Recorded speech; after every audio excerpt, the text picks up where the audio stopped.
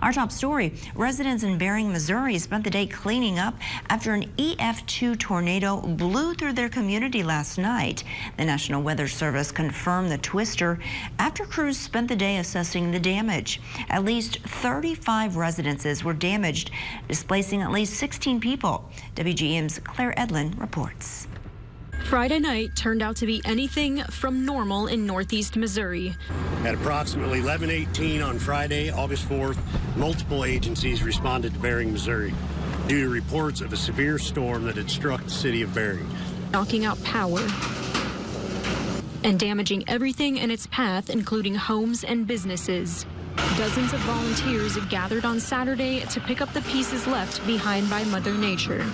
Responding to a disaster is a community-wide effort and a multi-agency effort.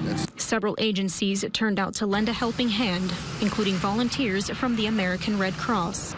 I've spoken personally to about 10 residents, but we at this point have the names and numbers for about 15, and that list is growing. Although destructive, no one was severely hurt or killed, and police want that success rate to continue.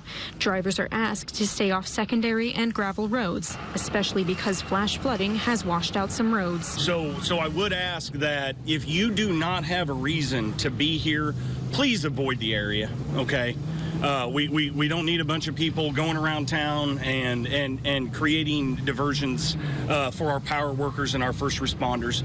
The Edina Sentinel reports 14 rescues, including residents from the Bering Senior Housing. Winds between 110 to 135 miles per hour damaged the post office, firehouse roof, and Bering Cafe. Ameren has 60 personnel on scene working as fastly and safely as they can with the necessary equipment, but they do not have a time frame as of now for full restoration. Volunteers say the best way to help right now is by donating money. Claire Edlin, WGEM News, Bering, Missouri. Now, as for what's next, Governor Mike Parsons signed an executive order today. It activates Missouri State Emergency Operations Plan.